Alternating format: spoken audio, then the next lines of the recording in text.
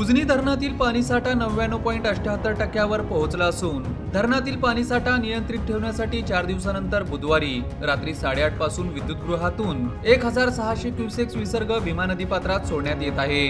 पाण्याची आवक व पावसाचे प्रमाण पाहून विसर्गात आवश्यकतेनुसार वाढ होण्याची शक्यता आहे। त्यामुळे भीमा नदीकाठच्या नागरिकांनी दक्षता घ्यावी असे आवाहन उजनी धरण व्यवस्थापन विभागाने केले आहे।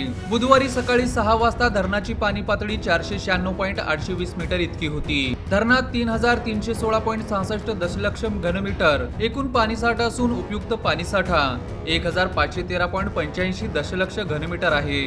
उपयुक्त पाणीसाठ्याची टक्केवारी 99.78 इतकी आहे।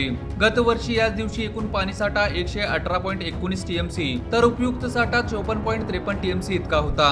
दौंड येथे भीमा नदीची पाणी पातळी 498.390 मीटर असून आवक 5504 क्युसेक्स नोंदली गेली आहे। सकाळी 6 वाजता सांडवा विद्युतगृह व नदी विसर्ग शून्य होता।